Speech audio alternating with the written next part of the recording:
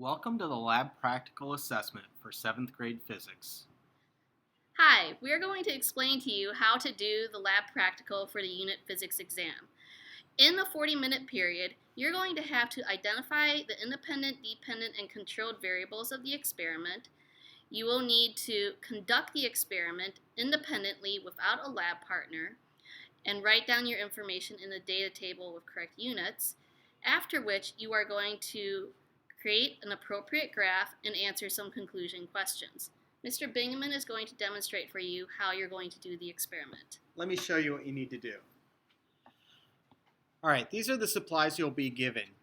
You'll notice that you have a small block and a ruler, and you're going to build a ramp out of the ruler on the block, making sure that the 0 end of the ruler is at the bottom of the desk, and the 30 centimeter mark on the ruler is up on top of the block.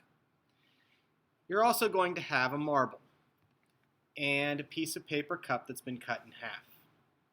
You're going to place the paper cup at the bottom of the ramp, and then you're going to place the marble on the 10 centimeter mark of the ramp, and you're going to let it go. You'll notice that when the marble gets to the end of the ramp, it pushes the paper cup away. You're going to repeat that experiment 2 more times at the 10 centimeter mark. You're also going to try that at the 20 centimeter mark 3 times, and you're going to repeat it 3 times at the 30 centimeter mark.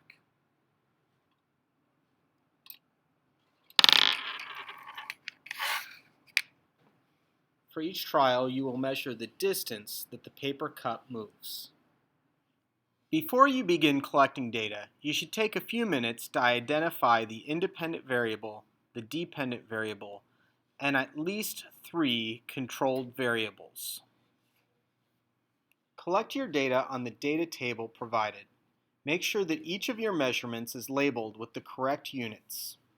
When you're done collecting your data, you're going to be graphing it on graph paper that you'll be provided with on a separate sheet.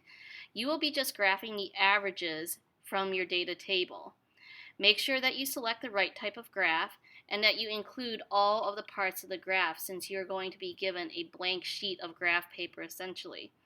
When you are done with the graph, you'll be answering some questions under the graph, 2 conclusion questions, both of which are going to be multiple choice. After you do this, you need to turn in both papers to your teacher. Go ahead and get started. You got this.